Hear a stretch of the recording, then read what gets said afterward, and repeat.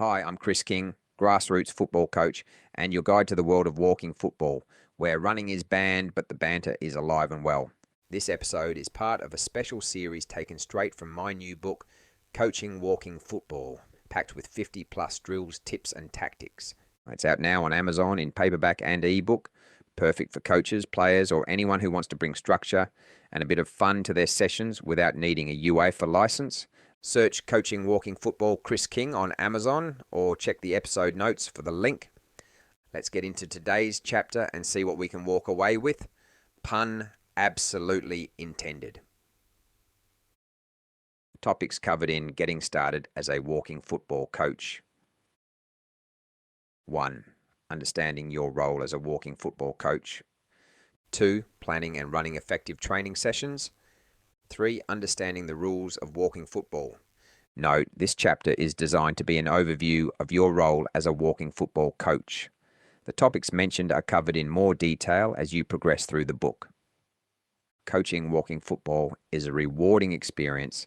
It's about more than just the sport. It's about encouraging, building friendships, promoting well-being, and sharing the joy of the game.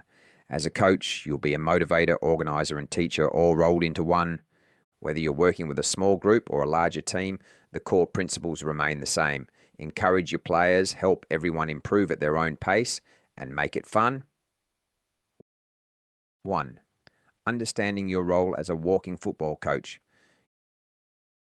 Your role as a walking football coach goes beyond simply running drills. You're a facilitator of fun and player development. Here's a breakdown of your key responsibilities. 1. Teach fundamental skills. Focus on the building blocks of walking football. Passing, short and accurate, dribbling, helps with close control, movement, positioning and support, and shooting with controlled power. These skills are essential at every level of walking football, so take the time to teach them properly and reinforce them regularly. Don't assume everyone has prior football experience or the football knowledge that you do. 2.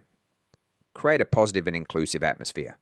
Walking football is as much about social connection as it is about physical activity.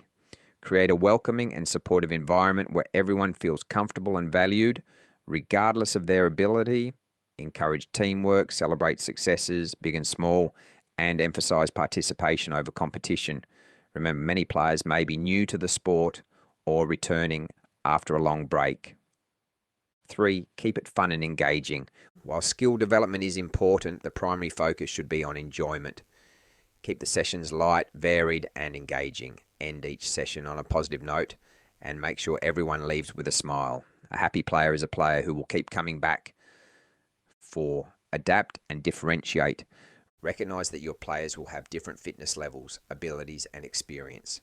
Be prepared to adapt drills and exercises to meet individual needs. Offer modifications and progressions to challenge those who are more advanced while providing support to those who are still learning. Patience and understanding are key here. Note, for more detail on this, see the chapter Handling Common Challenges in Walking Football Coaching, Varying Fitness Levels. 2. Planning and running effective training sessions. Well-planned training sessions are essential for player development and engagement. Here's a guide to help you structure your sessions effectively.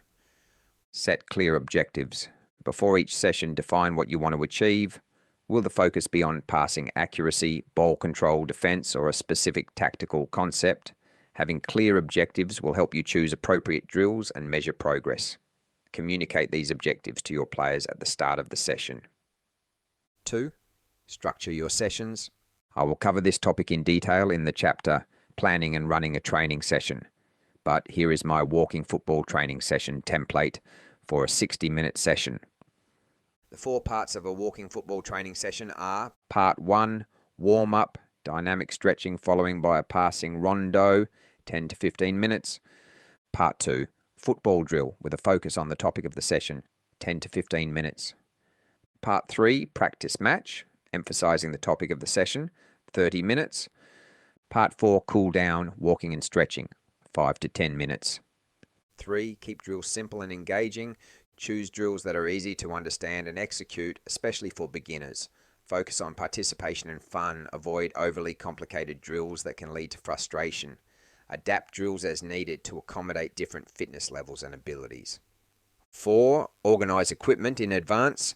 Make sure you have all the necessary equipment, footballs, cones, bibs, pop-up goals, ready before your players arrive.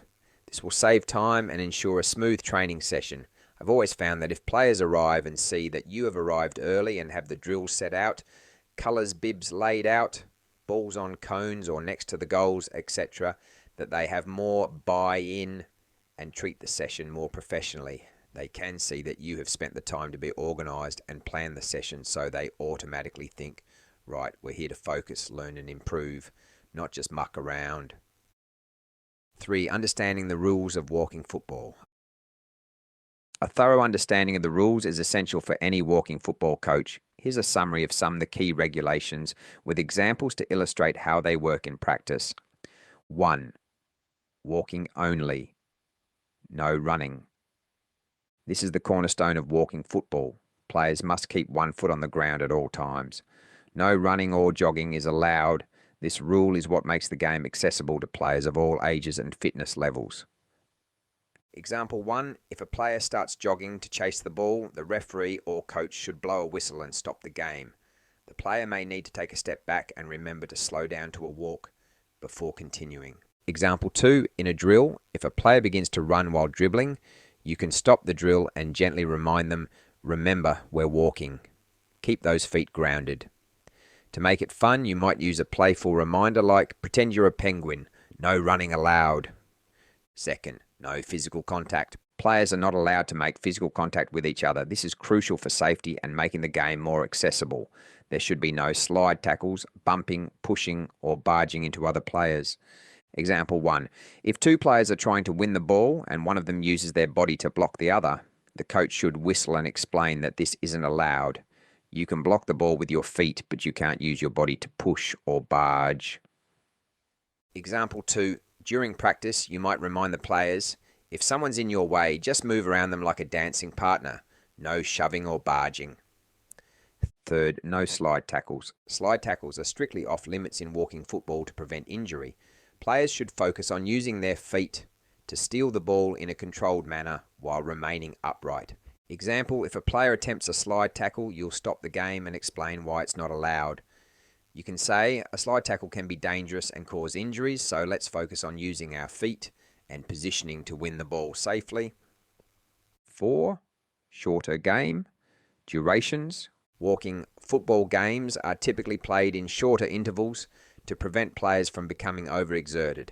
Matches are often split into 2 halves of between 15 to 30 minutes, with a break in between. Example, if you're coaching a session and the players are getting tired, don't be afraid to cut a drill short or take a break. You can say, let's take a quick water break, then we'll get back to our passing drill. Smaller teams. Walking football is usually played with smaller teams, often 5 versus 5 or 6 versus 6, so everyone gets more touches on the ball.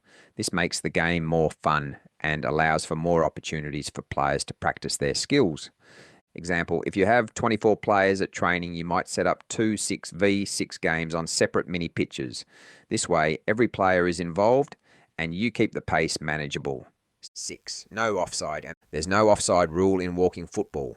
This helps simplify the game and gives everyone more freedom to move and be involved in the action. Players can position themselves wherever they want on the field. Example, if a player is standing close to the goal and receives the ball, they won't be penalised for being offside. 7. Keep the ball below head height. In walking football, players are encouraged to keep the ball below head height, avoiding high kicks to prevent injury. This rule also makes the game easier to control and more accessible. Note, some teams play below goal height. Example, if a player kicks the above head height, approx 6 foot, you can stop the game, give the opposition a free kick, and explain, let's keep the ball below head height, it's safer and you'll have more control. Conclusion. Starting your journey as a walking football coach is about understanding your role. You're a teacher and motivator. By prioritising a positive and inclusive atmosphere, planning engaging sessions with clear objectives and having a good grasp of the rules, you'll create a rewarding experience for both yourself and your players. Remember, keep it fun, keep it safe, and keep it engaging. Thanks for listening. If you got some good info from that, you can grab the full book, Coaching Walking Football, on Amazon right now. It's full of drills, training plans, and fitness for walking footballers. Whether you're coaching a team, helping out a local club, or just love the game but not the sprinting, it's written for you. Search Coaching Walking Football Chris King on Amazon or check the episode notes for the link. Until next time, keep coaching and keep walking.